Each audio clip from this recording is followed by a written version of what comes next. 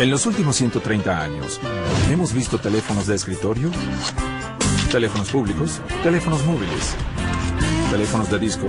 Hemos presionado teléfonos de botones y teléfonos sin nada de discos o botones. Teléfonos gordos, delgados e incluso teléfonos de niños. Pero sin importar la forma, el tamaño, el color o la configuración, todo teléfono tiene que conectarse a una red. Hoy la red más grande del mundo la opera AT&T. El centro de operación de la red global de la compañía, o GNOC, está ubicado en Bedminster, New Jersey. Las 144 pantallas del centro muestran información en tiempo real que representa el flujo de voz y tráfico de información. Este tráfico se envía a y desde los suscriptores de AT&T en 240 países. Este es el centro neurálgico de la red de AT&T, una instalación de 18.400 metros cuadrados que está diseñada para monitorear y dirigir las redes a nivel mundial de AT&T. Cuando ocurre un desastre natural o un evento importante mundial, está en proceso o incluso su programa favorito de TV real tiene una gran noche de votación, eso afecta el tráfico de la comunicación.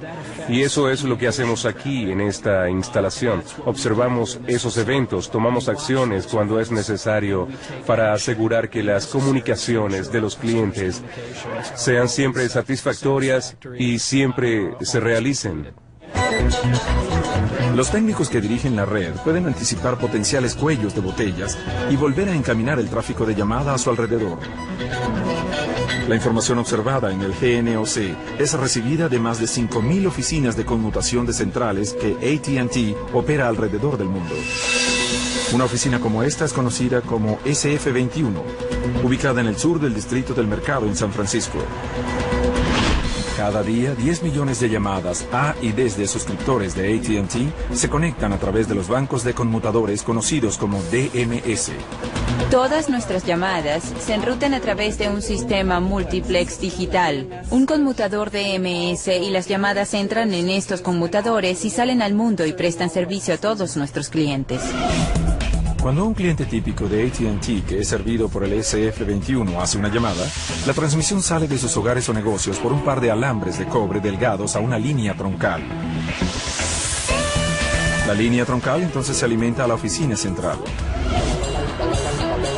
Las líneas troncales entran en el edificio a una habitación subterránea de clima controlado segura llamada la bóveda de cable. El conducto anaranjado contiene nuestra capacidad muy alta, los cables de fibra óptica que entran y salen de la oficina central.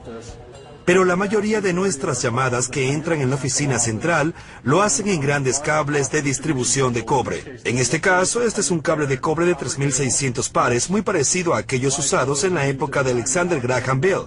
La tecnología no ha cambiado. El cable de 3.600 pares se divide en cables de 36.000 pares que llegan al marco principal de distribución en el piso siguiente. En el marco principal de distribución, los 100 cables también están divididos en líneas individuales de clientes, conocidas como par retorcido. Desde allí, la llamada es dirigida a los conmutadores DMS. Lo que tenemos aquí son tarjetas de línea individuales.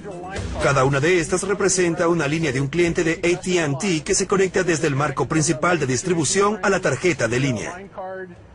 Aquí es donde ocurre la conversión de análogo a digital y la señal digital se envía por los cables de fibra óptica al mundo. Corning Glass inventó en 1970 la fibra óptica. Al convertir una señal análoga o digital a su señal óptica correspondiente, entonces puede enviarse a través de un alambre de fibra óptica casi a la velocidad de la luz. Una llamada que sale de una oficina central puede tomar una variedad de caminos dependiendo de su destino final. Esto incluye líneas telefónicas de larga distancia o transmisores de microonda en áreas que no están conectadas por líneas telefónicas.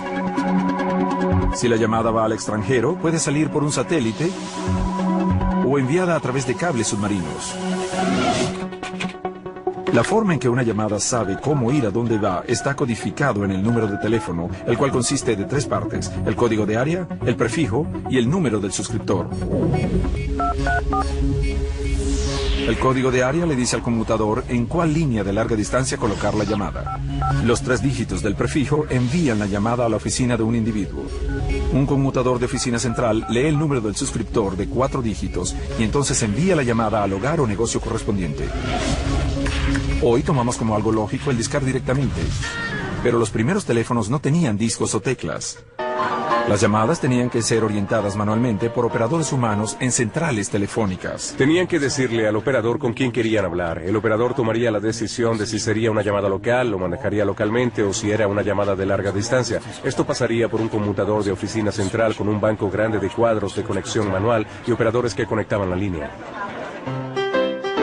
Poco antes de 1920, la adición de discos selectores a los teléfonos significó que los operadores comenzaron a ser reemplazados por equipos de conmutadores electromecánicos que usaban motores, varillas y relés.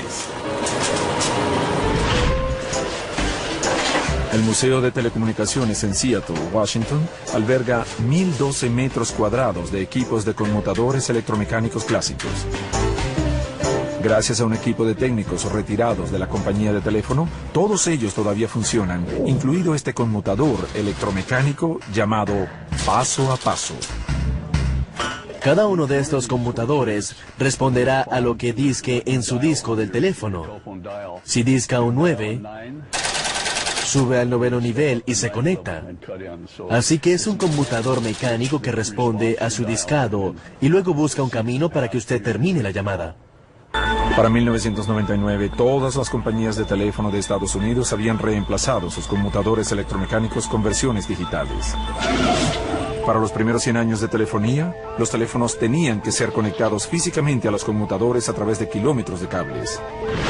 Pero en 1980 el teléfono lanzó su traílla de cobre y las comunicaciones se hicieron móviles. Hoy en día hay más de 200 millones de usuarios de teléfonos móviles en Estados Unidos y 2.000 millones a nivel mundial. El precursor del teléfono móvil de hoy fue el teléfono del auto. Los primeros teléfonos de auto se basaban en grandes radios móviles con procesadores llamados unidades lógicas que estaban en la cajuela del auto. En 1970, Robert Miller era investigador de los laboratorios Bell que trabajaba en la tecnología de teléfonos móviles. Creo que se aclaró el futuro para mí. Un día en que uno de los individuos en los laboratorios Bell, que estaba encargado del diseño de la llamada unidad lógica, entró corriendo en el laboratorio y dijo: acabo de escuchar que una compañía nueva llamada Intel sacó un microcomputador llamado 8008 que podía hacer todo en toda esta unidad lógica. Nosotros estábamos totalmente pasmados. Ese momento fue una epifanía. Cambió todo. Esa epifanía dio origen al primer y verdadero teléfono portátil, el Motorola Dynatac 8000X. Conocido como el ladrillo debido a su peso y tamaño, el Dynatac se vendía por apenas $3.995, además de la tarifa mensual por servicio. Se tenía que crear un nuevo tipo de red para conectar a los teléfonos móviles. Se llamó tecnología celular. Un sistema celular cubre una ciudad con varias antenas pequeñas. Cada una le da servicio a un área o célula de hasta 13 kilómetros de radio.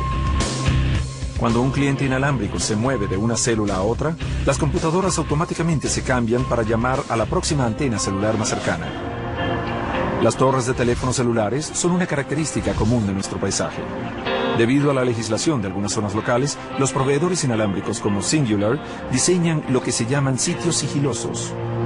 Algunos no parecen para nada una torre celular. A pesar del disfraz, todas las torres celulares funcionan de la misma manera. Cuando un cliente de Singular hace una llamada telefónica, presionan enviar en su aparato móvil. Entonces, esa llamada va hacia unas frecuencias de radio al sitio de célula más cercano. El sitio de célula más cercano toma esa señal y la envía de nuevo al MTSO o al centro de conmutación de telefonía móvil. Un MTSO, como este operado por Singular en el área de Los Ángeles, es el equivalente inalámbrico de la Oficina Central de Líneas Telefónicas.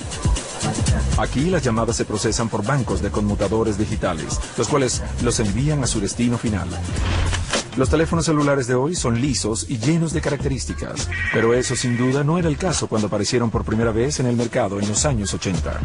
Esta es una demostración cronológica de la miniaturización de los teléfonos celulares, comenzando con el más grande aquí, el teléfono de bolsillo. Es un Tough Talker, el cual era su nombre, suministraba según los estándares de hoy muy poca memoria, muy pocas características, pero fue un dispositivo muy duradero y fue muy exitoso en su tiempo.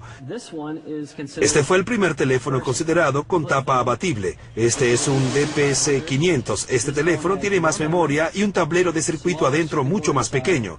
Ofrece una pantalla diferente y sin duda para el usuario un sentimiento de ser mucho más amigable. Esta unidad aquí se considera lo que ahora es un teléfono barra de caramelo. Tiene una antena que se extrae, la batería está incluida en la parte de atrás. Luego avanzamos a un teléfono incluso más pequeño, más liviano y con muchas características, considerado un 3035. Este modelo tenía una batería de ion de litio muy pero muy liviano, una pantalla más grande, pantalla en color. Luego tenemos el V3. Este teléfono permite más tiempo para hablar y tiene más memoria. Puede tener fotografías en él, video, y es sumamente liviano y sumamente delgado. Como los dispositivos móviles de hoy se vuelven cada vez más como conmutadores portátiles que como teléfonos, la tendencia de miniaturización se invierte. En el negocio desde 1986, Cellular Fantasy en Santa Mónica, California, ha sido testigo de la revolución del teléfono de primera mano. Antes era para hablar, ahora tenemos mensajes de textos, correos electrónicos, MP3, vemos videos en el teléfono, televisión en vivo y música. Todo ha sido compactado en este solo dispositivo móvil. Con dispositivos más avanzados que llegan a diario, el cliente inalámbrico promedio reemplaza su teléfono celular cada 18 meses. ¿Qué pasa con todos los teléfonos celulares descartados? Cada día 15.000 teléfonos llegan aquí, a una compañía llamada Recellular, cerca de Ann Arbor, en Michigan. Recellular es el centro mundial para teléfonos celulares usados. Manejamos más teléfonos usados cada día que cualquier otra compañía en el mundo. Decimos que cada caja y sobre es un misterio porque no tenemos idea de qué modelo de teléfono pudiera habernos enviado alguien. Así que los abrimos e identificamos cuál modelo de teléfono nos han enviado de los más de 500 que hay en el mercado en este momento. Luego de que los técnicos identifican cada teléfono por su barra de código única, el dispositivo se somete a un diagnóstico especial al usar un programa especial desarrollado por Recellular. La funcionalidad básica de un teléfono es que tiene que encender, debe tener una buena pantalla de LCD y debe ser capaz de hacer llamadas. Si un teléfono no se puede reparar o está obsoleto, se envía a una compañía externa para que sea pulverizado y reciclado. Si el teléfono funciona, un técnico limpia su chip de memoria. Los teléfonos entonces son empacados de nuevo, listos para ser vendidos a usuarios de teléfono celular. Gira a la izquierda en el Boulevard Cloverfield. Hoy los teléfonos celulares nos conectan de maneras nunca imaginadas por los inventores originales del teléfono. ¿Crees saber quién fue? Bueno, piénselo otra vez.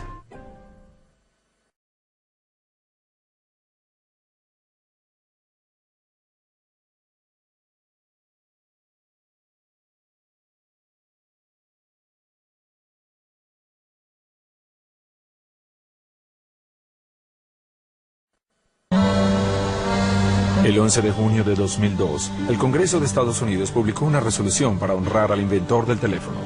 Su nombre, Antonio Meucci, un inmigrante italiano de la ciudad de Nueva York.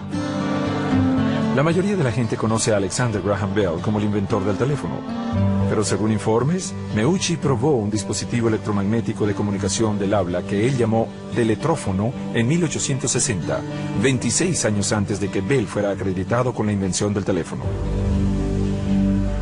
En 1871, Meucci sufrió quemaduras severas en un accidente de barco, lo que lo dejó sin el dinero ni la salud para explorar aún más su invención. A pesar del reconocimiento del Congreso, no todo el mundo está de acuerdo en que Meucci merezca el crédito. Hay una gran diferencia entre inventar algo que puedas demostrar en un taller o un laboratorio y algo que pueda exhibirse comercialmente. Es seguro que Meucci no tenía un teléfono práctico comercialmente, incluso si tenía algo que pudiera demostrar algunos de los principios. Los principios que a la larga llevaron a los primeros teléfonos comerciales se basaron en el concepto llamado corriente ondulante. Varios investigadores de aquella época creían que las ondas de sonido creadas por la voz humana podían ser convertidas por un dispositivo en una onda eléctrica continua enviada por alambres y luego reconvertida en habla en el otro extremo. Para mediados de 1870, dos inventores competían cabeza a cabeza para patentar dicho dispositivo: Alexander Graham Bell de Boston y su rival de Chicago, Elisha Gray. Sería Bell quien ganaría la carrera. Bueno, esta es una réplica del primer teléfono, el llamado transmisor líquido que Alexander Graham Bell inventó el 10 de marzo de 1876. Y según cuenta la historia, él gritó en el micrófono, el transmisor: «Señor Watson, venga aquí, lo necesito». Y su asistente, Thomas Watson, en el otro extremo, escuchó esa oración completa. Cuando Bell habló en el cono, ondas de sonido movieron el diafragma en pergamino. El diafragma movió una vara de metal hacia arriba y hacia abajo en un vaso de agua que se hizo conductor al añadirle ácido. La señal eléctrica fluctuante fue enviada a lo largo de los cables de cobre hasta un receptor, en donde la corriente hizo que una lengüeta de cobre vibrara y reprodujera la voz de Bell. Alexander Graham Bell llenó una planilla para pedir una patente para su teléfono el 14 de febrero de 1876. Según dicen, 2 horas antes, Elisha Gray llenó una planilla preliminar llamada Aviso para su propio dispositivo de teléfono. 3 semanas más tarde, a Bell se le otorgó la patente, pero su promulgación aún está rodeada de controversia. 10 años después, el examinador de patente a cargo de las planillas de patentes eléctricas, Mayor Zenos Wilbur, testificó que el abogado de la patente de Bell lo había sobornado y el propio Bell por la cantidad de $200 para ponerle fecha anterior a la planilla de Bell antes que la de Gray, y también para que le mostrara a Bell la planilla de Gray. Así que todavía es una pregunta abierta, al menos en mi mente, si debería acreditarle a Bell o a Gray apropiadamente como el inventor del teléfono. Armado con su patente, Bell y 2 patrocinantes financieros se dispusieron a crear la primera red de teléfono en Estados Unidos. Se hizo conocido como el sistema Bell. En 1899, American Telephone and Telegraph, o AT&T, se convirtió en la compañía matriz del sistema Bell. Cuando las patentes de Bell expiraron en 1893 y 1894, más de 6,000 compañías de teléfonos independientes surgieron alrededor de todo el país.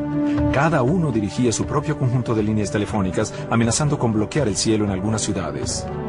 En un intento de apuntalar sus compañías, AT&T comenzó a comprar algunas de las compañías independientes. Esto llevó al gobierno federal a introducir una demanda contra monopolios en contra de AT&T en 1913. Pero la compañía de Bell estaba lista para la lucha. Dijeron que si iba a establecer un sistema de teléfono a nivel nacional, no tiene sentido establecer 2 o 3 o 5 sistemas de teléfono a nivel nacional. Los sistemas telefónicos son costosos de construir si quiere conectar a todo el país. Así que AT&T convenció al gobierno federal que en verdad tenía sentido tener una compañía de teléfono designada que suministrara servicio universal. AT&T estuvo de acuerdo en aceptar regulaciones federales a cambio de ser la compañía de teléfono dominante en Estados Unidos. AT&T y su brazo de investigación, los laboratorios Bell, empezaron a completar una red de larga distancia que conectaría las ciudades en todos los Estados Unidos. Poco después de la invención del teléfono, redes pequeñas en las ciudades, llamadas centrales telefónicas locales, rápidamente se expandieron en todo el país, pero no había líneas que conectaran una central telefónica local con otra. En 1885, AT&T colocó su primer cable de larga distancia entre Nueva York y Filadelfia. 7 años después, era posible llamar de Nueva York a Chicago. Para 1915, se podía llamar desde Nueva York a San Francisco. Toda la red de teléfono de costa a costa consistió de alambres de cobre sencillos conectados de poste a poste o unidos con cables y enterrados bajo tierra. Cuando había necesidad de enterrar el cable, tenían que crear cables como estos, que son cables de alambre de cobre delgados, aislados entre sí, para que no se mezclaran las llamadas ni hubiera interferencia. Un cable como este tiene la capacidad de 6 a 900 llamadas telefónicas simultáneas. El siguiente salto en la tecnología fue el cable coaxial, y eso fue en los años 40. Un solo tubo como este tiene la misma capacidad del cable de cobre de 6 a 900 pares. Cuando una señal de teléfono se mueve a través del alambre de cobre, parte de su energía se disipa del cable y debilita la señal. El cable coaxial elimina esta dispersión al envolver el cable en capas de aislamiento. Un rango de señales de alta frecuencia puede ser enviado por el cable, lo que permite una capacidad de llamada mucho mayor. La invención de la tecnología coaxial llevó al primer cable de teléfono transatlántico TAT-1. En el caso de TAT-1 había dos cables, uno para cada dirección de la conversación que cruzaban el océano.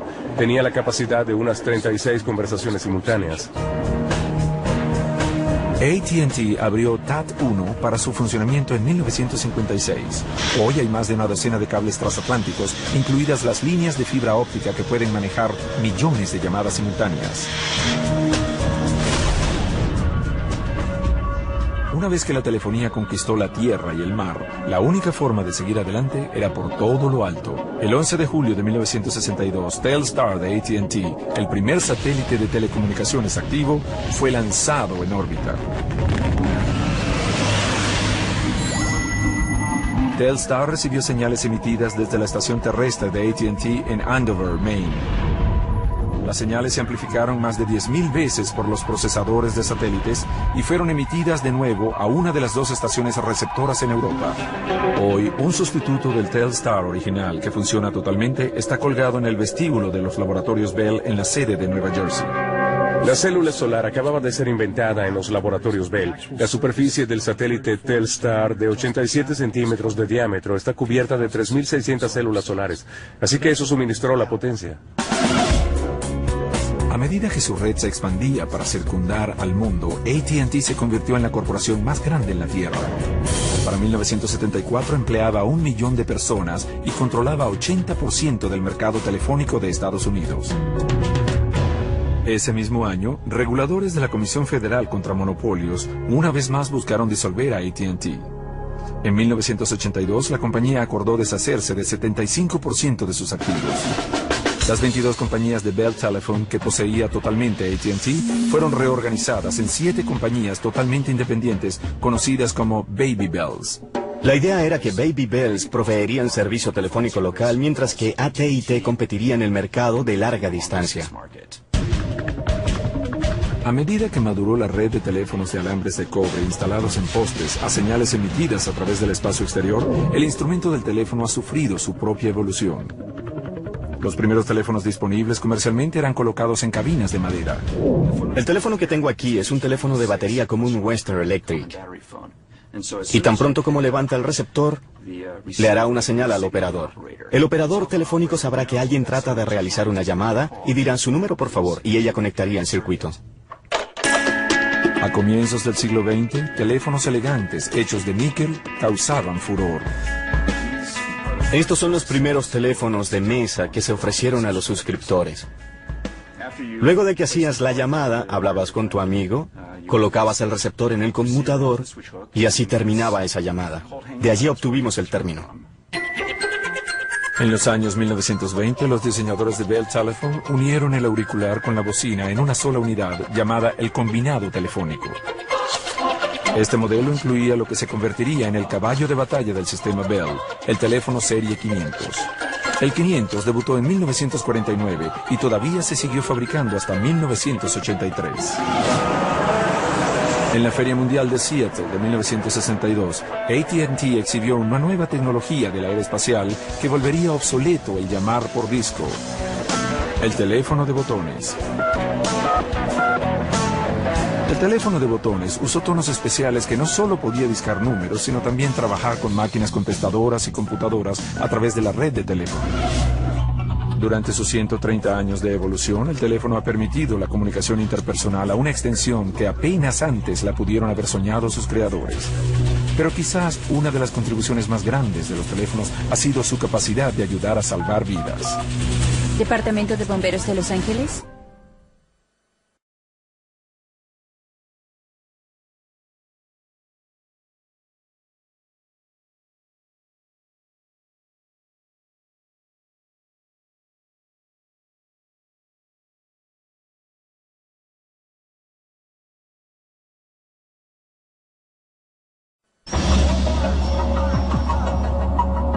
En Estados Unidos, 3 números sencillos marcados en cualquier teléfono pueden significar la diferencia entre la vida y la muerte. 911. Departamento de Bomberos de Los Ángeles, ¿cuál es su emergencia? Una de las cosas maravillosas de ser capaz de levantar un teléfono y llamar a alguien en cualquier momento es en las situaciones de emergencia. Esto era imposible, por supuesto, con formas antiguas de comunicación como el telégrafo, o antes que el telégrafo no era posible en absoluto. Dependiendo de dónde viva, marcar el 911 podría conectarlo a una persona que manipula un teléfono regular o a una central de emergencia de vanguardia como esta, operada por los bomberos de Los Ángeles. Los operadores aquí manejan un promedio de 1.400 llamadas al día. ¿Dice que le duele el pecho? El condado de Los Ángeles abrió su centro de 911 de 3.000 metros cuadrados en 1991. ¿Cuál es su emergencia? ¿Problemas para respirar? Las llamadas llegan al centro codificadas digitalmente en un código que indica en qué parte del condado se origina. El condado de Los Ángeles utiliza un sistema conocido como E911 o Enhanced 911.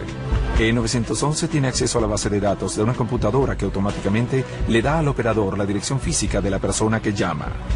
Déjeme confirmar la dirección 1320 Northeastern Avenue, Los Ángeles. ¿Es correcto?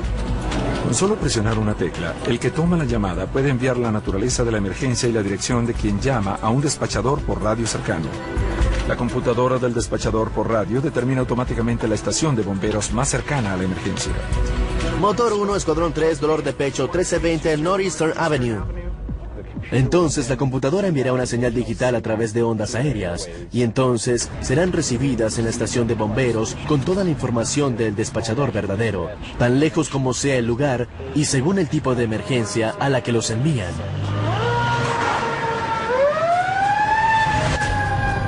El Congreso de Estados Unidos obligó a que existiera un sistema de 911 universal en 1968.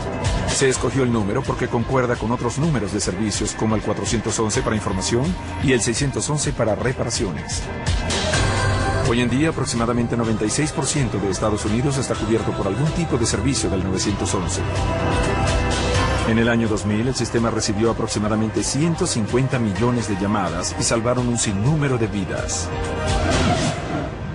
Pero a medida que cada vez más personas adoptan los teléfonos celulares como su teléfono principal, a los centros 911 le ha costado más discernir la ubicación del que llama. Los viejos teléfonos celulares que usan redes viejas solo se les puede hacer seguimiento con la torre celular más cercana. Debido a que las torres pueden estar separadas por 13 o 32 kilómetros, esto solo ofrece una idea aproximada de la ubicación del teléfono celular. A los teléfonos celulares nuevos se les puede hacer un seguimiento al usar una triangulación basada en una red. Se puede medir la fuerza de la señal del teléfono celular entre 3 o 4 torres celulares, lo que permite una precisión como dentro de una distancia de 2 campos de fútbol. Los métodos más precisos incluyen la tecnología GPS, siglas para el Sistema de Posicionamiento Global. Utiliza una constelación de satélites para triangular la ubicación de un teléfono que tenga el GPS. Aproximadamente la mitad de 200 millones de teléfonos celulares en Estados Unidos en la actualidad tienen GPS. Prepárese para virar a la derecha en 0,48 kilómetros. Si tiene un teléfono celular con tecnología más nueva con chips GPS, podemos ubicarlo de inmediato en un mapa, sin importar en dónde esté ubicado.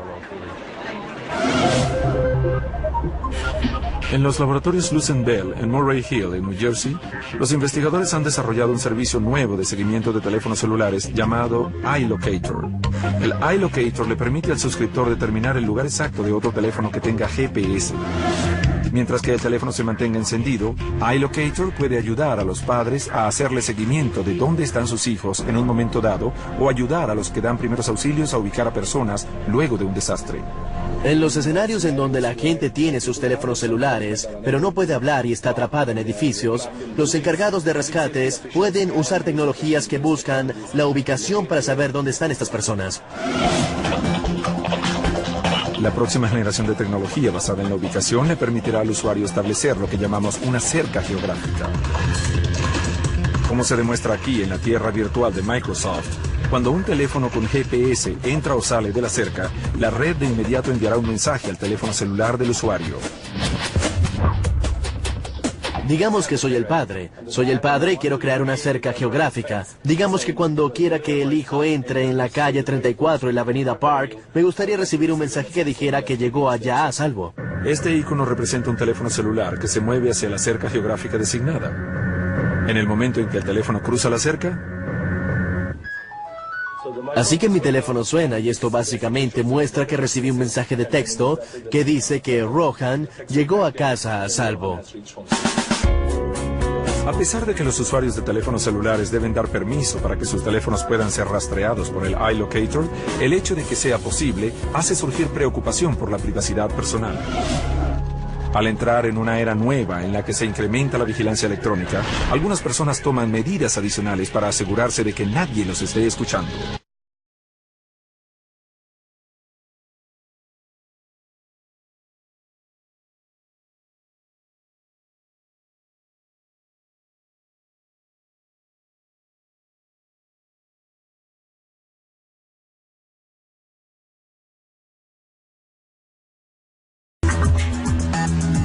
Como parte de la guerra contra el terrorismo, el presidente Bush autorizó a la Agencia de Seguridad Nacional a monitorear las llamadas telefónicas en Estados Unidos sin una orden del tribunal.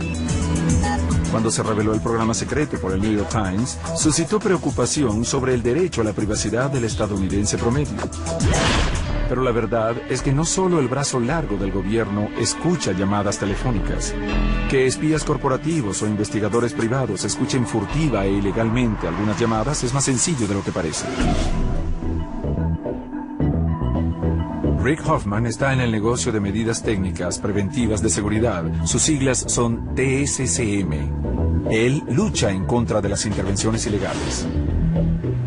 Rick utiliza un arsenal de equipo sofisticado para buscar dispositivos electrónicos que pueden ser colocados en líneas telefónicas para transmitir o grabar sus conversaciones.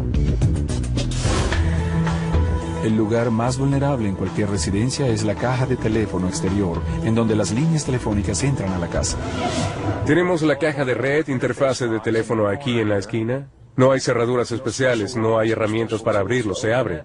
Esta es la línea del suscriptor por donde entran las líneas telefónicas del residente. Estos dos tornillos aquí son por donde una persona pudiera colocar el dispositivo para intervenir el teléfono.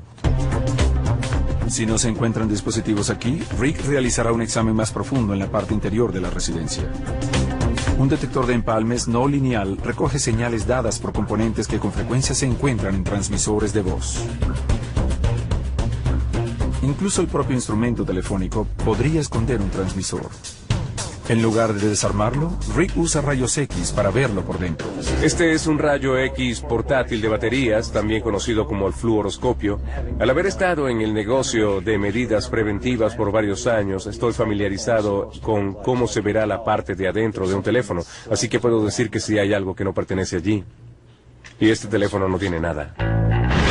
Una persona que intervenga teléfonos lo puede hacer fácilmente al adherirle un transmisor de radio a la línea telefónica. Los transmisores se encienden automáticamente cuando se levanta el auricular de su base. Este es un analizador del espectro de la frecuencia de la radio y si se ha adherido un transmisor a este teléfono en particular, si levanto el auricular debería ver una punta en esta área en particular y con certeza hay una punta.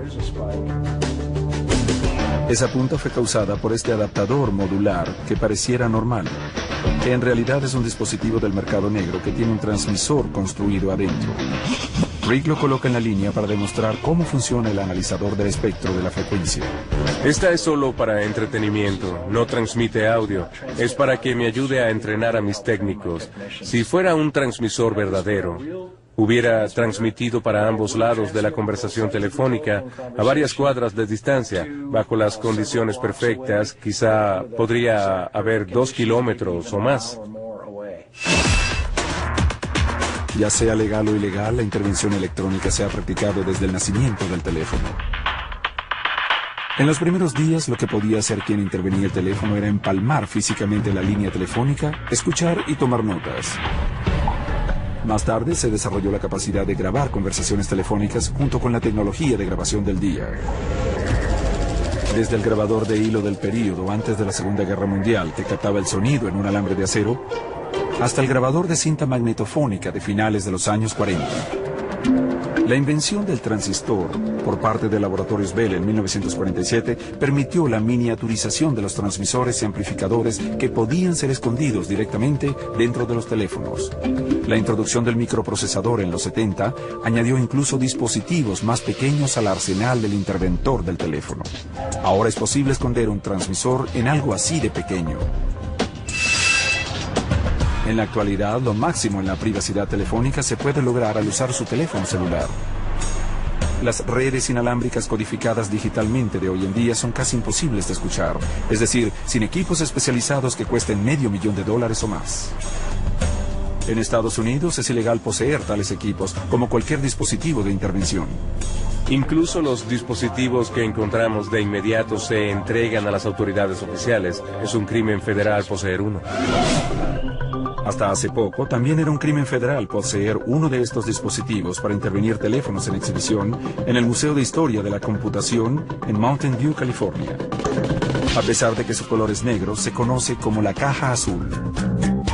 Ahora obsoleto, las cajas azules una vez permitieron a los usuarios explorar libremente la red telefónica y obtener además llamadas gratis de larga distancia. Lo que hace que esta caja azul sea digna de ser exhibida es que fue construida por Steve Wozniak, quien junto con Steve Jobs fue el cofundador de Apple Computers. Los usuarios de cajas azules se hicieron conocidos como interventores de teléfonos. Eran un grupo de ingenieros brillantes que construyeron dispositivos pequeños que exploran grietas en el sistema de teléfono y tienen estos dispositivos que podrían poner tonos normales en cualquier teléfono y hacer que todas las redes telefónicas del mundo cambiaran y enviaran llamadas a satélites y todo eso gratis. Un ingeniero de computación anónimo luego se reveló que era John T. Draper. Intervenía a suscriptores muy notorios. Draper era conocido por el nombre código Capitán Crunch. El Capitán Crunch obtuvo su nombre al sacar este pequeño pito de una caja de cereal, igual que hicimos muchos de nosotros. De alguna forma, él y otros interventores de teléfonos descubrieron que el tono que emite incluye mucho de este tono en particular. Un tono en particular que si está en una llamada de larga distancia, toma la llamada telefónica con un sonido de tintineo y ahora la compañía de teléfono espera de manera obediente por los tonos que le digan a dónde llamar. Y eso fue el comienzo de todo esto. El tono de 2600 Hz producido por el pito vuelve a montar el conmutador de frecuencias múltiples de larga distancia, lo que fue como abrir una puerta secreta en la red de telefonía. Una vez adentro, quien interviene el teléfono puede usar una caja azul para orientar una llamada a donde quiera en el mundo. Una de las veces dije, vamos a hacer una broma, podemos llamar al Papa. Seguro, así que llamé a Italia y pedí por Roma y obtuve el Vaticano adentro. Y el operador del Vaticano le dije, soy Henry Kissinger. Ni siquiera usé ningún acento, dije, soy Henry Kissinger. Llamo en nombre del presidente Nixon en la cumbre que se reúne en Moscú. Quisiéramos hablar con el Papa. Dijeron, son las 5:30 aquí, aún no está despierto, así que llame más tarde. Así que llamé de nuevo en una hora y me comunicaron con el arzobispo que sería el traductor. Usé un tipo de voz al estilo de Henry Kissinger. Dije, soy Henry Kissinger, y él dijo, acabo de hablar con Henry Kissinger, así que supongo que llamaron a Rusia, llamaron a Moscú para verificar mi historia. Todas las líneas troncales de frecuencia múltiple en Estados Unidos continental ahora han sido reemplazadas, lo que ha vuelto el pito del Capitán Crunch y las cajas azules obsoletas como dispositivos para intervenir. Para mí fue un mundo de exploración. Realmente fue tratar de extender la vanguardia y ver cuántas cosas nuevas puede hacer que sea mucho más fantástico. Y sabe que te quedas sin cosas que hacer y entonces se pone aburrido. Alrededor de la misma época en que Steve Wozniak construía cajas azules, AT&T introducía a Estados Unidos un servicio nuevo. Se suponía que revolucionaría el teléfono con imagen. Hoy en día un inventor da un nuevo giro a esa vieja idea.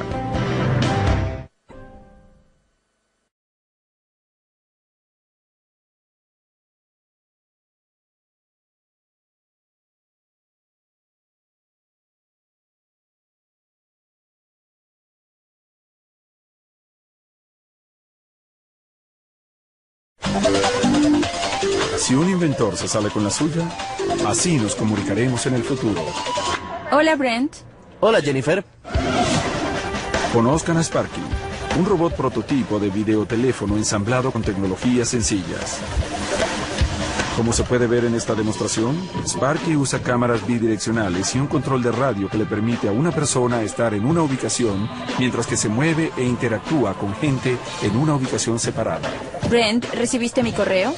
Creo que Sparky es una extensión natural de la promesa original de lo que sería el teléfono. La gente con frecuencia se sorprende mucho de cuán cómodo se siente al interactuar con Sparky. Y antes de darse cuenta tiene una conversación muy íntima y prácticamente olvida el hecho de que en realidad hablan con un dispositivo de metal de 135 kilogramos. Y habla con la persona como si de hecho la persona estuviera allí. Hola, Frank. Hola, Jennifer. La versión 2.0 de Sparky será ensamblada en una estructura operable por Internet a través del Wi-Fi. Sparky es una versión móvil y actualizada del teléfono con imagen original. AT&T lanzó su maravilla del aeroespacial en la Feria Mundial de 1964 y la sacó a relucir para servicio comercial en 1970. Pero el teléfono con imagen nunca capturó al público. Se estima que su versión actualizada funcionará muy bien como guía de museo o usada en un aula de clases cuando un estudiante o el maestro no puedan estar en la escuela. Buenos días, niños. Mi nombre es la señora Aponte y seré su maestra sustituta por hoy. Es un concepto conocido como aprendizaje a distancia, y Robert Miller, de AT&T, piensa que la próxima generación de red inalámbrica lo hará una realidad. El aprendizaje a distancia es una extensión de la vieja escuela, en donde lo que está aprendiendo pudiera estar a kilómetros de distancia de un experto o una mina de conocimiento. Creo que los robots, la presencia virtual, son formas de permitir a la mente humana extenderse a sí mismo en la distancia. Creo que ese es el poder real de la comunicación moderna. En el Centro de Investigación de la NASA Ames, en Moffett Field, California, los investigadores han subido la apuesta de cómo podría comunicarse un día la gente entre sí y con las máquinas. Estos exploradores robóticos están siendo controlados con métodos de comunicación que parecen más telepatía que telefonía. La NASA lo llama habla subvocal. Al usar sensores especiales que interpretan las señales de los músculos en la laringe y la lengua, estos técnicos son capaces de maniobrar los exploradores al expresar en silencio algunas órdenes. Lo que ocurre aquí a veces es confundido por la gente con leer tus pensamientos. En verdad, no estamos leyendo sus pensamientos, estamos leyendo el resultado de una decisión consciente de decir una palabra, y lo que pasa aquí es que Pablo piensa en una palabra, y al pensar en esa palabra, se transforma en una serie de señales que bajan por su sistema nervioso a su tracto vocal, ya sea en su garganta o debajo de la lengua. Estas señales se recogen y se exhiben en la pantalla. Una computadora programada para reconocer estas señales como palabras individuales puede entonces enviar estas palabras a través de una red inalámbrica a una máquina como un robot o a un dispositivo manual. Listo para disparar.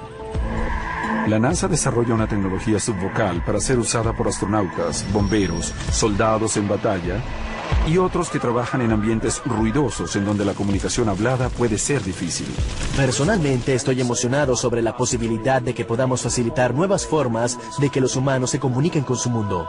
Con tecnología que lee las señales enviadas directamente desde el cerebro, ¿cuánto más tardará antes de crear teléfonos que puedan ser incrustados directamente en nuestras cabezas? ¿Quisiera un teléfono celular implantado dentro de su diente? No importa cuán pequeños se vuelvan, todavía hay un nivel de comodidad en ser capaz de agarrar un dispositivo, contrario a tenerlo implantado dentro de usted. Así que creo que la gente siempre querrá tener la sensación de estar en control de agarrar algo. Y ese algo es el teléfono. Creo que nuestro mundo, debido a la comunicación, se está convirtiendo en un lugar más pequeño. Y el conocimiento que compartimos se vuelve tan disperso que necesitamos una red buena para unir a la comunidad de humanos. Creo que al final evitará que nos aniquilemos entre nosotros mismos. Abrimos la máquina y comprobamos que el problema era que la caja estaba tan llena de monedas que no cabía ni una más. Pensé, es un problema que fácilmente podremos solucionar. Cuando Nolan vio lo bien que funcionaba Pong, el dinero que estaba haciendo, se dijo, tengo una mina y lo que vamos a hacer es multiplicarla.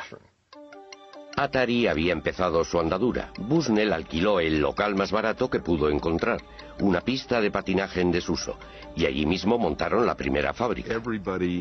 Cuando anuncié en la empresa que íbamos a montar 100 máquinas al día, todo el mundo me dijo, Nolan, estás loco de remate.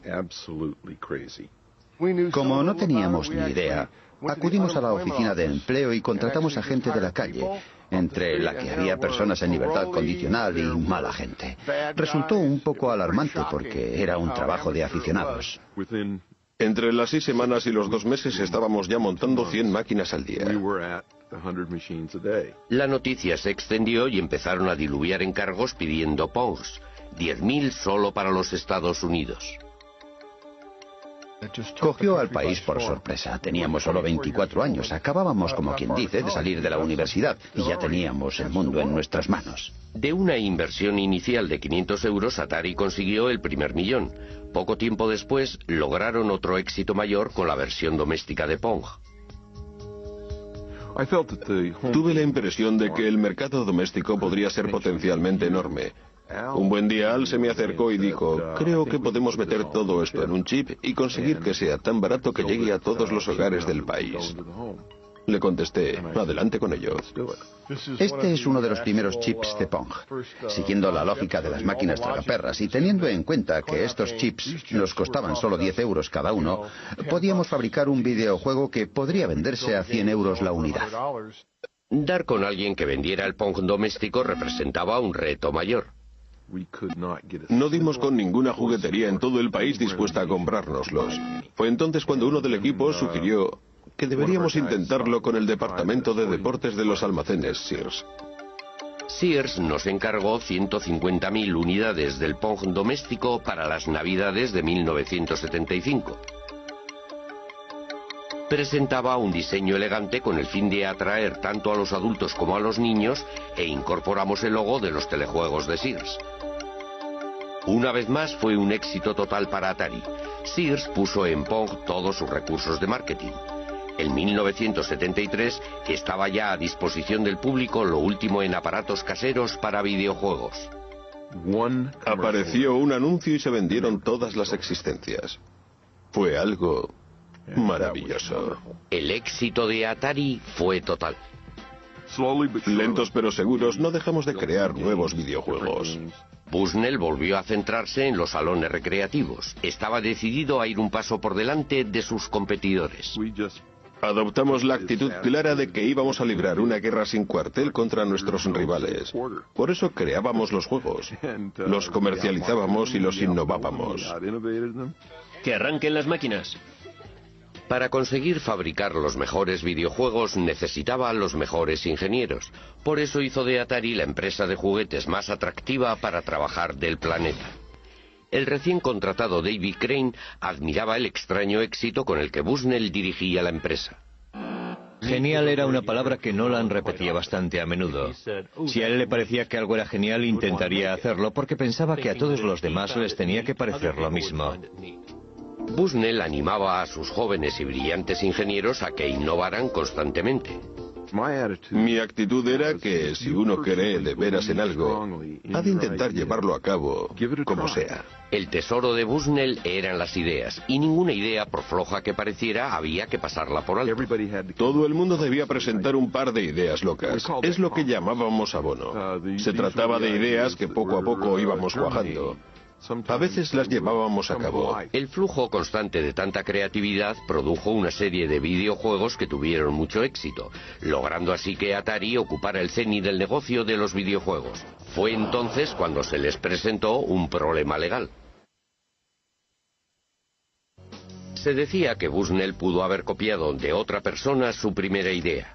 El litigio afirmaba que unos meses antes de que Atari fuera creada, Bushnell había visto un juego en una feria que era casi idéntico a Pong. Un diseñador de aparatos de televisión de nombre Ralph Baer había estado pensando en crear unos videojuegos desde los años 50. En 1966 sus ideas cristalizaron mientras esperaba en una parada de autobús en un viaje de negocios que hizo a Nueva York. Cuando volví a mi despacho a la mañana siguiente, el 1 de septiembre de 1966, redacté una memoria de 4 hojas en la que explicaba todo el proyecto. Propuse cosas como videojuegos de deportes, de persecución, de carreras y de coches. Baer empezó a trabajar en su invento. En 1968 ya había logrado poner en funcionamiento su primera videoconsola, a la que sencillamente bautizó su caja marrón. El primero de los videojuegos consistía en que dos puntos luminosos se iban persiguiendo sin tregua por la pantalla.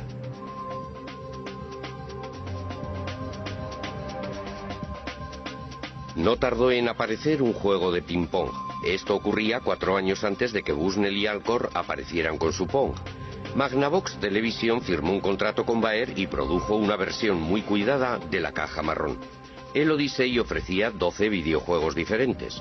Cada juego tenía su color que servía para hacer resaltar los gráficos que se iban superponiendo uno tras otro.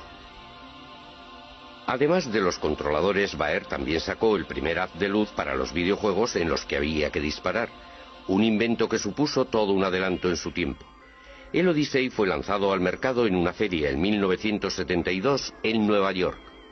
Fue el mayor éxito de la feria. Todo el mundo, incluida la prensa, estaba entusiasmado. Magnavox presenta Odyssey, 12 emocionantes videojuegos con los que podrás jugar en tu televisor. El 24 de mayo de aquel año, en otra feria en el Valle de Silicon, apareció un nombre en el libro de visitas: Nolan Bushnell. Probó los juegos ofrecidos por el Odyssey. Se divirtió con el juego del ping-pong.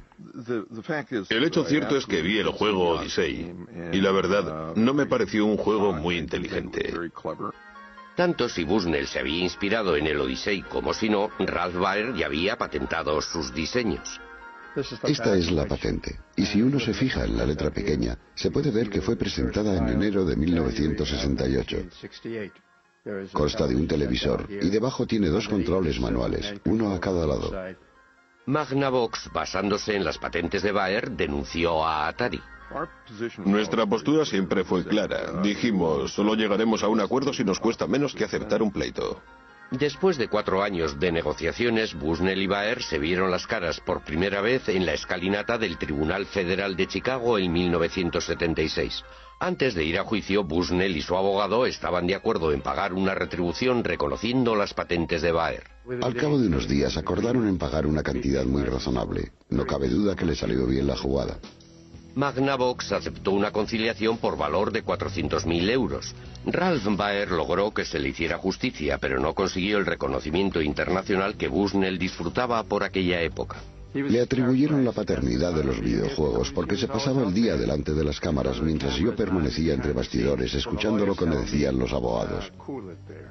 Tranquilo, Baer, tranquilo, que solo tiene tu licencia. Han pasado ya 25 años. Baer está jubilado y padece leucemia. Sin embargo, está decidido a acabar su autobiografía y dejar bien claro para la posteridad cuál fue el verdadero origen de los videojuegos. En cuanto a Bushnell, el acuerdo le resultó barato. Atari estaba ya embolsándose millones. Pero mientras en los grandes almacenes era popular, Atari se enfrentaba a una nueva amenaza que venía del Japón con un videojuego que estaba conquistando el mundo de forma imparable. En 1978, Taito creó un juego que se hizo tan popular en Japón que provocó una gran escasez de monedas de 100 yens. Se vendieron más de 350.000 máquinas de los invasores del espacio, lo que provocó el renacimiento de los videojuegos en los salones de juego. La respuesta de Atari fue sacar al mercado su propia gama de videojuegos espaciales y de tiro. Los brillantes jóvenes ingenieros de Nolan Bushnell fueron los pioneros de una nueva tecnología llamada gráficas vectoriales con una nueva presentación muy llamativa. En 1979, Asteroides se convirtió en el mayor éxito de toda la historia de Atari. Atari tuvo otro éxito arrollador con Zona de Combate, unos gráficos tridimensionales que incluso fueron fuente de inspiración para el ejército norteamericano. Los salones aparecían como setas por todo el mundo.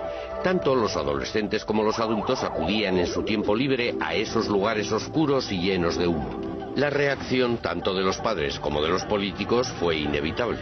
En la prensa pululaban a diario historias sobre jóvenes delincuentes y de chavales que hacían novillos. Los salones de juego fueron tildados de cuevas de perdición.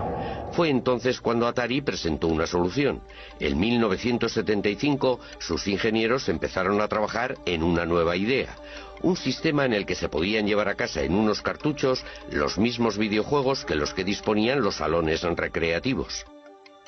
Este es el primer prototipo del sistema de videojuegos en cartuchos de Atari. Tiene todos los elementos que se necesitan en un prototipo. Tenemos el cableado y las palancas del videojuego del tanque. Sabíamos que necesitábamos esto para poder jugar a Pong, para poder jugar al videojuego del tanque, porque tenía que ver con los juegos teledirigidos y otros, pero no estábamos muy seguros de lo que íbamos a hacer con ello.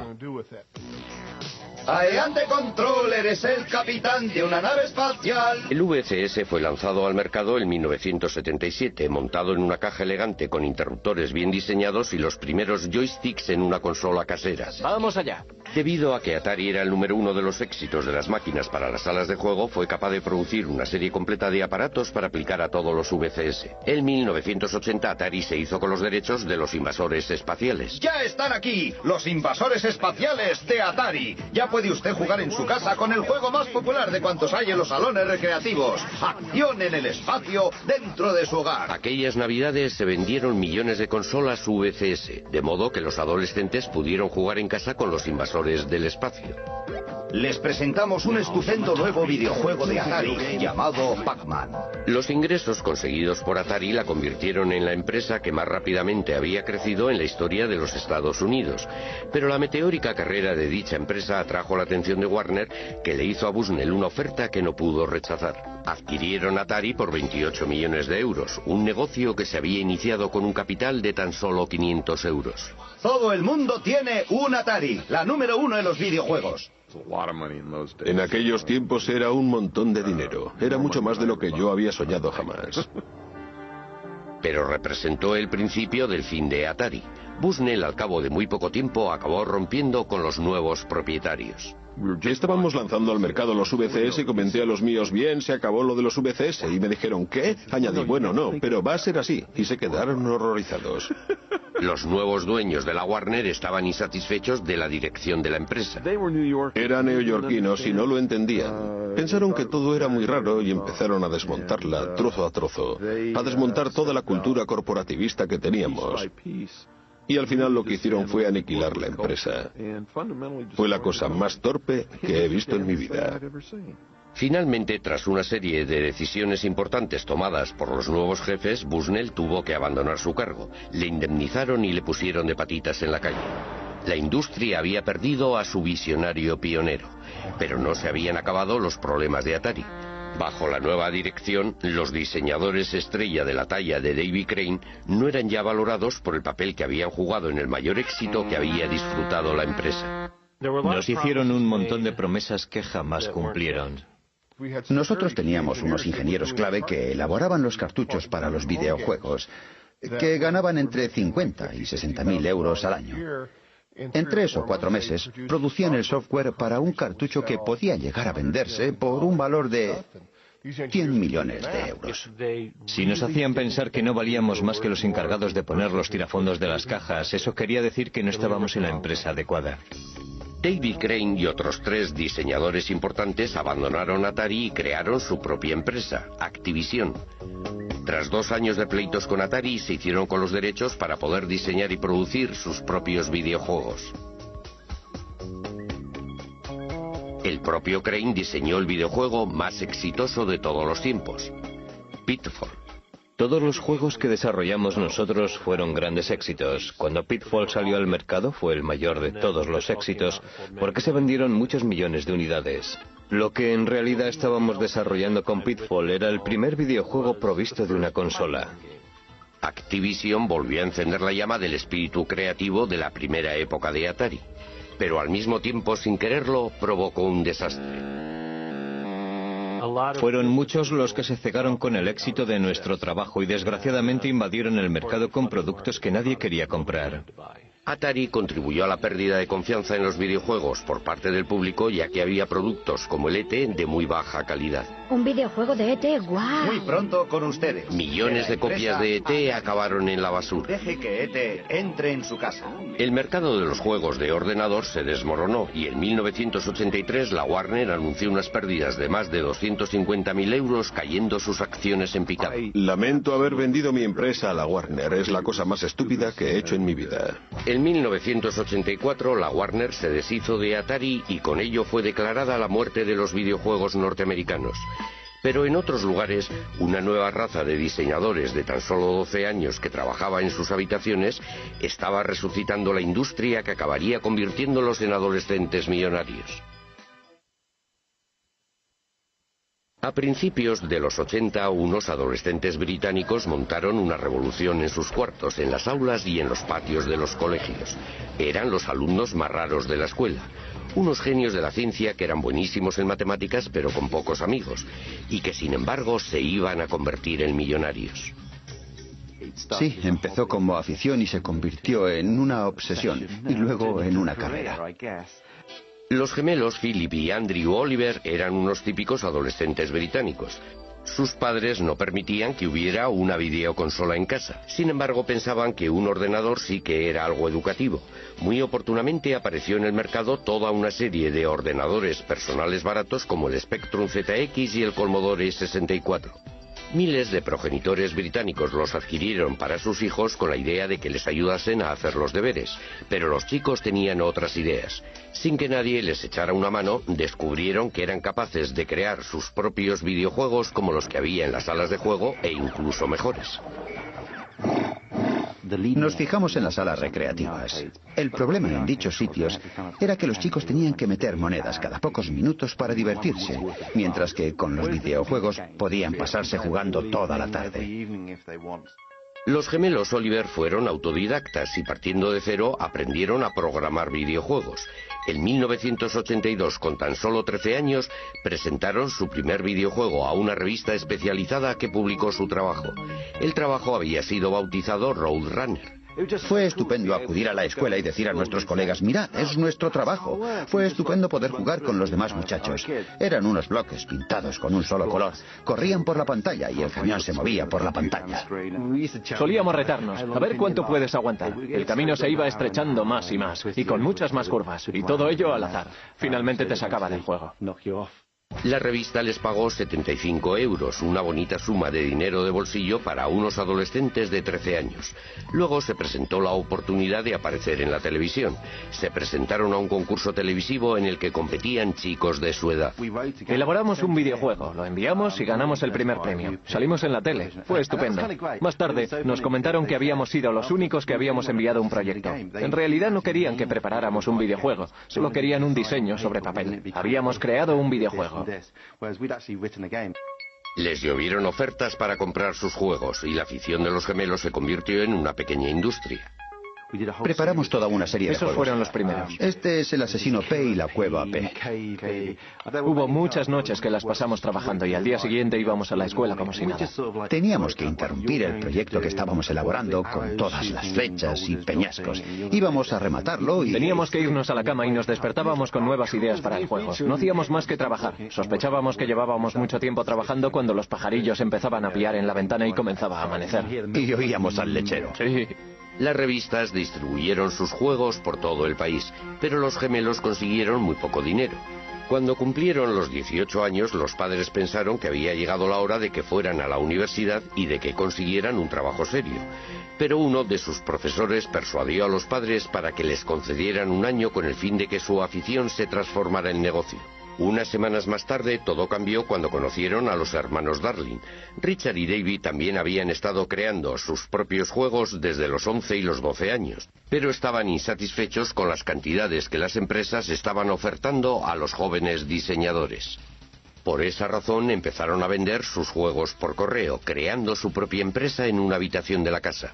Duplicaban los juegos en una cassette, imprimían sus trabajos y llegaron a vender 1 millón de copias. Con tan solo 17 y 18 años montaron su empresa llamada Codemaster. Fue en su primera comparecencia en una feria con 18 años cuando conocieron a los gemelos Oliver. Vinieron los gemelos Oliver a nuestro stand y nos presentaron una demo con uno de sus juegos que habían preparado de antemano. No paraban de decir, sí, un juego así, os daremos 15.000 euros. Estábamos alucinados. Alguna vez han comentado que se quedaron boquiabiertos, que se quedaron profundamente emocionados, pero lo debieron ocultar muy bien. Nos faltó tiempo para volver a casa. No pudimos conciliar el sueño. En menos de un mes creamos Super Robin Hood, que llegó a ser el número 1 en ventas. Para Navidades ya habíamos vendido más de 100.000 unidades y ganamos 15.000 euros. Era increíble. En cuanto empezamos a vender, ya no pudimos parar. Fue la colaboración más exitosa en la historia de los juegos para ordenador. Calculamos que el 50% de los juegos de Codemaster fueron creados por nosotros. Los gemelos Oliver también estaban trabajando en un proyecto secreto. Querían inventar algo totalmente nuevo. Un juego centrado en un personaje animado. Dicho personaje no fue otro que Dizzy. Queríamos presentar un mundo de fantasía. Tuve la idea de que la cara del personaje tenía que ser tan grande como fuera posible, para darle un toque de personalidad. En Codemasters recibieron montones de cartas de fans que hacían toda clase de preguntas. Cada vez que íbamos nos decían que teníamos más correo de nuestros fans. Dizzy fue un éxito internacional. Fue el más vendido en todo el mundo. En realidad tuvimos diferentes juegos ocupando los puestos 1, 2 y 3 de las listas de éxitos. Éramos algo así como los Beatles en el campo de los juegos para ordenador. Estos jóvenes millonarios creadores de juegos se convirtieron en personajes famosos ocupando los titulares y alardeando de sus éxitos. Les dio por comprar Ferraris en cuanto conseguimos dinero, pero mi impresión es que los Ferraris no les duraban demasiado. El resultado de tan duro trabajo fue una enorme contribución muy creativa en el diseño de los videojuegos. Eran videojuegos diseñados por los propios jugadores para jugadores. Gracias a la era del ordenador casero, Gran Bretaña contribuye hoy día más que cualquier otro país a la industria de los videojuegos. Recuerdo que le dije a un periodista que un día todo esto llegaría a superar a la televisión. Y ahora mismo, la industria británica de los videojuegos exporta más que la industria del cine y de la televisión inglesas juntas. Pero a principios de los 80, mientras unos adolescentes británicos eran las estrellas de la era del ordenador casero, en Oriente también estaban emergiendo otras estrellas. El centro de la industria iba a desplazarse una vez más. La industria de los videojuegos, que había comenzado con Atari en la costa oeste de los Estados Unidos hacía 30 años, estaba ya dominada por Japón.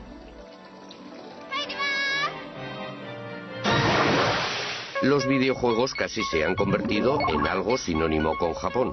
Ello se debe en gran parte a una serie extraordinaria de videojuegos basados en diferentes personajes. Todos fueron desarrollados en los años 80 por un único genio creador.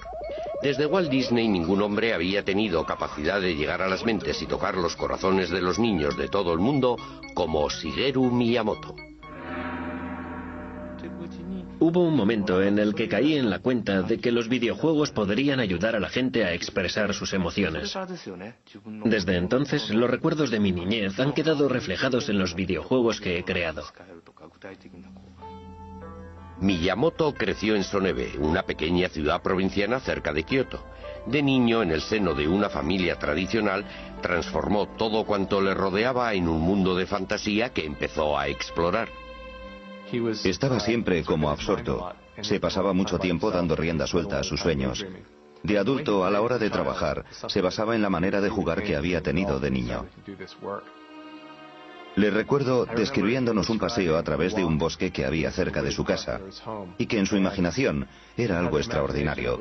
Se imaginaba un montón de cosas que estaban sucediendo a su alrededor y que los demás éramos incapaces de ver, como caminos que llevaban a alguna parte. Miraba hacia arriba y no solo veía un trozo de cielo azul, sino que allí veía una trampilla secreta que le conducía a un nuevo mundo. En 1980, Miyamoto ofreció a Nintendo su visión y creatividad. Con base en la antigua ciudad de Kioto, Nintendo llevaba produciendo casi 100 años Hanafuda, los naipes tradicionales japoneses. Pero cuando su presidente Hiroshi Yamoshi se enteró del éxito de los videojuegos, como por ejemplo el de los invasores del espacio, transformó la empresa en una productora de juegos para ordenador.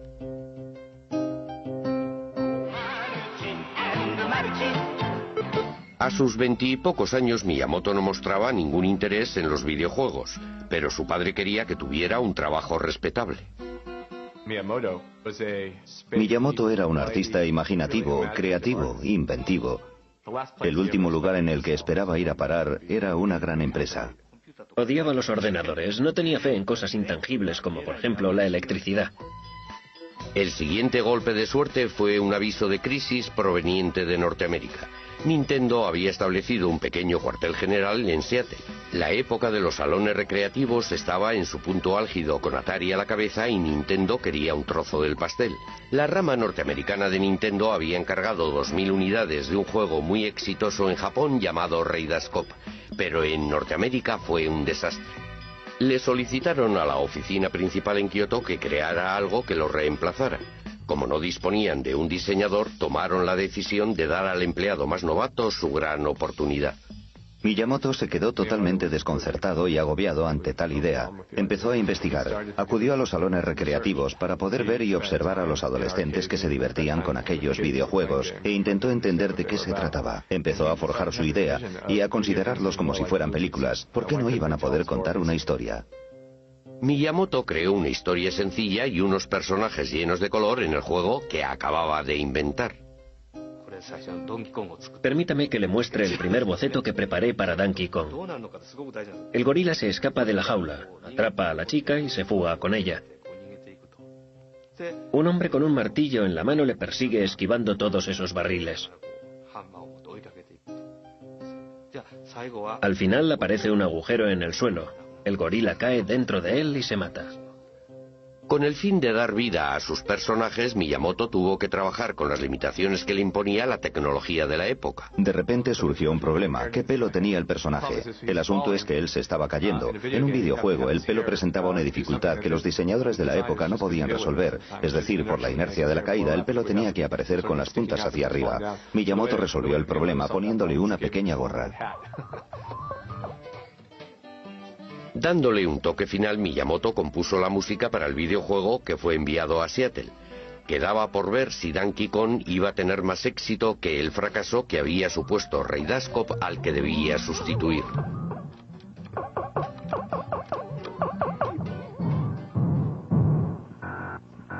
En cuanto los norteamericanos vieron el juego, pensaron que sus homólogos japoneses estaban completamente locos. Temiéndose lo peor, el equipo norteamericano de Nintendo tomó la decisión de poner a prueba el juego en un bar, exactamente igual que lo había hecho Atari una década antes. Al día siguiente, volvieron a la taberna Spot. Abrieron la caja del dinero y había 30 euros en monedas de 20 céntimos. Estaba casi a rebosar. Eso quería decir que la máquina había estado funcionando sin parar todo el tiempo que el bar había permanecido abierto, desde la mañana hasta la noche. Comentaron: vaya, qué aberración es esta. Es toda la investigación de mercado que necesitamos. Adelante con ello. Solo en el primer año el juego recaudó 100 millones de euros. Donkey Kong se convirtió en una estrella internacional gracias a una serie de videojuegos de mucho éxito. El primer compañero de Donkey Kong, Jumpman, llegó a tener incluso más fama y fortuna. En 1985 Nintendo anunció el lanzamiento de una nueva consola doméstica pensada para el mercado estadounidense. El sistema de entretenimiento Nintendo, o NES, sus siglas en inglés. Tras el colapso de la industria norteamericana de los videojuegos, muchos expertos pensaron que se habían vuelto locos, pero Nintendo contaba con un arma secreta. Con su nueva creación, Miyamoto consiguió que los videojuegos adquirieran otro nivel. Jumpman se reencarnó en un fontanero italiano de nombre Mario.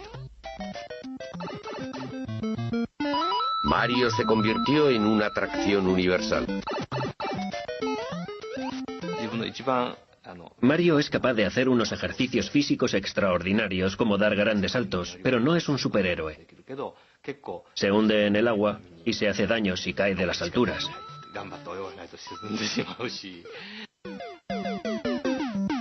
Miyamoto creó un mundo aparte lleno de tuberías, alcantarillas, barrancos y arrecifes para que Mario lo explorase.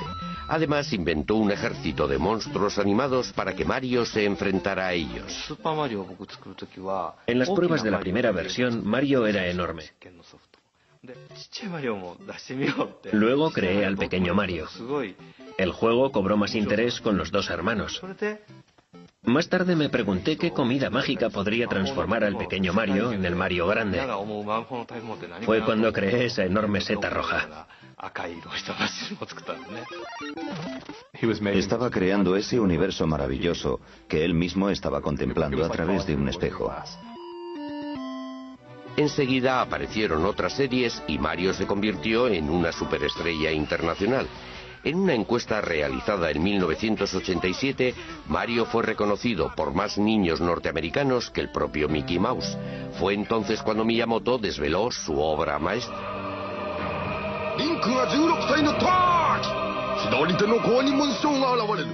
Nintendo sacó el primero de una serie de juegos que han sido reconocidos por todos como los mejores de la historia. La serie Zelda. La leyenda de Zelda se movía a través de todas las formas y niveles. Ofrecía a los jugadores un enorme mundo mágico por el que podían vagar y explorar libremente. La historia se inicia con un niño que está en medio de un campo. Carece de espada y escudo. El jugador empieza poniendo nombre al niño, pero no tiene ni idea de qué ha de hacer a continuación. Anda vagando por el campo buscando algo que hacer. En aquellos tiempos fue una idea muy atrevida. Zelda estaba inspirada en la infancia de Miyamoto cuando andaba y vagaba por los campos del entorno de su casa. Subía a los montes atravesando bosques y espacios rocosos. Finalmente llegaba a un gran lago. Era sorprendente encontrar aquel lago, allí en las alturas. Parecía un mar enorme. Esa imagen ha sido muy utilizada en Zelda. Incorporé muchas cosas que había que ir descubriendo en Zelda. Eran detalles que pretendían ayudar a que el héroe dejara de ser niño y se convirtiera en todo un adulto. Mientras el niño va creciendo, el jugador piensa: yo solía asustarme con esto, pero ahora ya soy fuerte. Ese es el juego que yo estaba empeñado en crear. La leyenda de Zelda duraba más de 100 horas en las que los jugadores de todo el mundo se quedaban perplejos, fascinados. Fue todo un fenómeno que rompió todos los esquemas y estableció las bases de un género que desde entonces ha dominado el diseño de los videojuegos. A finales de los años 80, Nintendo vendió más de 30 millones de consolas NES, cientos de millones de videojuegos que supusieron una cuota del 80% de todo el mercado. Nintendo se convirtió en el amo absoluto de la industria de los videojuegos. Lo iba a demostrar al presentar un sistema de videojuegos radicalmente distinto que resultaría atractivo tanto para los niños como para las niñas e incluso para los adultos. Todo cuanto necesitaba era lanzar al mercado el juego perfecto, pero para conseguirlo tendría que disputarlo y arrebatarlo de las poderosas garras del KGB ruso. A finales de los 80 se forjó la amistad entre dos diseñadores que estaban tras el telón de acero. Una amistad que haría a uno muy famoso y al otro muy rico, y que consiguió que el videojuego Boy de Nintendo se convirtiera en una de las máquinas con más éxito de la historia. La clave de dicha amistad estuvo en un videojuego llamado Tetris. En 1988, Henk Rogers, un diseñador de origen holandés, estaba de viaje intentando importar al Japón nuevos videojuegos. La primera vez que vi Tetris fue en una feria de bienes de consumo electrónicos en Las Vegas en 1988. Hice lo que solía hacer, me daba una vuelta por las ferias y escogía los videojuegos que me gustaban para llevármelos a Japón. En eso consistía mi trabajo. Jugaba con ellos. Allí di con un juego realmente bueno. Quise hacerme con él. Alexei Pajitnov hoy día vive en Seattle, pero en 1984 estaba en Moscú donde creó Tetris. Pajitnov estaba trabajando en la inteligencia artificial y en el software que permitiera el reconocimiento de voces. Creó Tetris con el fin de poner a prueba un nuevo ordenador. Mi interés estaba centrado en los rompecabezas y juegos y en toda clase de divertimentos matemáticos. Tetris estaba basado en un rompecabezas tradicional ruso llamado Pentaminos. Hay 12 formas parecidas a esta, y son todas las piezas posibles compuestas de 5 cuadrados. La versión de Pentaminos de Pajitnov contenía piezas compuestas de solo 4 cuadrados en vez de 5. Le puso el nombre de Tetris por derivarse de la palabra griega tetra, 4. Cuando calculé el procedimiento que hacía que girara a 90 grados, pensé en cuando uno introduce una llave y hace clac, vuelve a girar la llave otra vez y clac. Fue entonces cuando se me ocurrió la idea de hacer que el juego durara un tiempo real. El genio de Pajitnov se hizo patente al convertir el videojuego Tetris en una carrera contrarreloj. Desaparecieron de la pantalla las líneas completas, haciendo que fuera posible seguir jugando casi indefinidamente. Pero a medida que iban bajando piezas cada vez con más rapidez, el reto iba aumentando constantemente. A medida que el juego va acelerándose, la mente ya no es capaz de pensar tan rápido. Quizás sea el subconsciente el que irrumpe en ese momento del juego, pero va más rápido de lo que uno es capaz de jugar. Es lo que se denomina una zona. Tetris se extendió por el bloque soviético hasta llegar a Hungría, donde lo descubrió Robert Stein. Stein se fue a Moscú, donde conoció a Alexei Pajitnov y negoció con él una licencia para publicar el juego. Por alguna razón desconocida, me ofreció el Tetris original. Tenía la licencia para distribuirlo donde yo quisiera. Es lo que creí. Tetris se convirtió en Occidente en la mayor sensación internacional desde los invasores del espacio. Cuando Tetris invadió la industria, el resto de la producción quedó anulado. Finalmente tuvo que ser retirado. En Japón, Henk Rogers sacó una versión para la consola doméstica de Nintendo. Sacamos este Tetris en las Navidades de 1988. Acabamos vendiendo 3 millones. Ese fue el momento cuando a Henk Rogers se le presentó la oportunidad del Game Boy de Nintendo.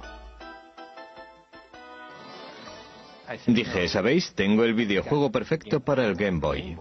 Pero Rogers mantuvo una dura pugna con Robert Stein para asegurarse el control de los derechos de Tetris. Disculpe, yo fui quien descubrió este producto. ¿No debería quedármelo?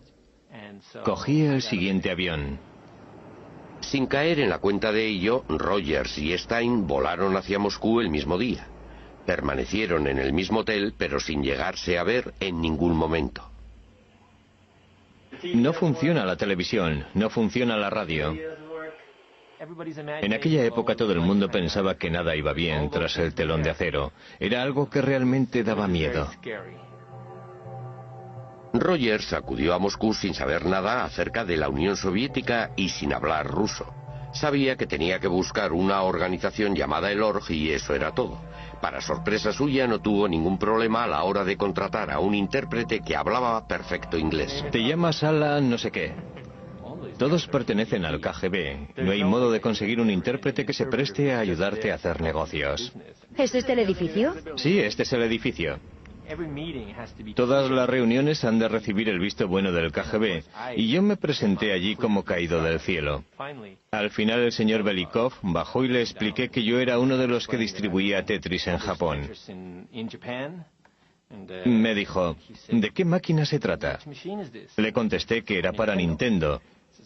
Añadió, pero si jamás hemos cedido esos derechos a nadie. Pensé durante un buen rato que yo estaba metido en un buen lío, porque en su opinión yo era un auténtico pirata. Posteriormente, aquella misma mañana, Rogers conoció a Alexei Pajitnov. Les presento al siguiente invitado, el mundialmente famoso señor Pajitnov. Vaya, mundialmente famoso. ¿Famoso por qué? Porque en el mundo... Me llamo Alexei Pajitnov. Nos hicimos amigos rápidamente porque en cuanto hablamos del diseño de videojuegos tenemos algo en común de lo que podemos hablar. Su inglés no era muy bueno, pero sí lo suficiente. Henk fue la primera persona que entendió y a la que de verdad gustó el videojuego. Es lo que percibí de inmediato. Todo el mundo en Moscú en aquella época, incluido Alexei, estaba paranoico a cuenta de que cualquier conversación que se mantuviera fuera escuchada por gente que no tenía por qué oírla. Por esa razón, siempre que quería decirme algo, me guiñaba el ojo y nos íbamos a un parque. Finalmente iniciaron las conversaciones sobre la compra de los derechos de Tetris. Allí había al menos de 8 a 10 personas, algunas de las cuales pertenecían sin ninguna duda al KGB. Yo estaba confinado en una habitación a 3 grados en la que me hacían toda clase de preguntas. Lo que Rogers desconocía era que los rusos estaban negociando también con Robert Stein en otra habitación del mismo edificio. Mi objetivo consistía en intentar hacerme con todas las licencias que fuera posible de todo lo que quedaba. Sin que ninguno de los dos lo supiera, Kevin Maxwell, hijo del magnate de la prensa Robert Maxwell y presidente de Mirrorsoft, editores británicos de videojuego, también estaba en Moscú. Kevin estaba moviendo los hilos, estaba diciendo, si no hacen el trato conmigo, mi padre va a ir a hablar con Gorbachev y ustedes van a tener serios problemas. Ese fue el método que aplicó en sus negociaciones. Pero Rogers tenía a Pajitnov de su parte y tenía todo el apoyo de Nintendo para presentar una oferta generosa.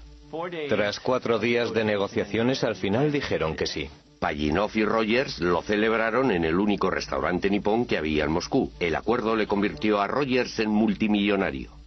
Le odié, pero en realidad solo hizo lo que cualquier negociante habría hecho en su lugar.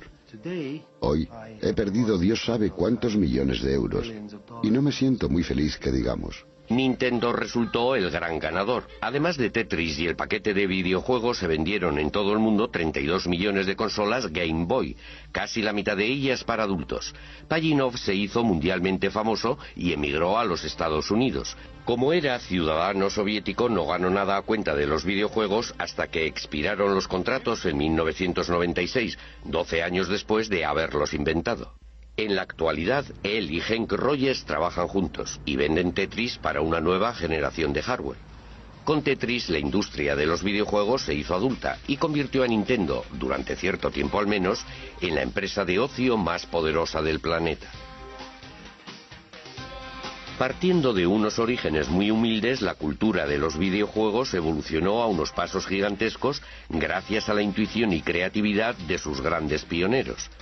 Fueron hombres que entendieron lo mucho que a la humanidad le gusta y necesita jugar. Abrieron las puertas a un maravilloso nuevo mundo en el que una vez que se entra no se puede salir.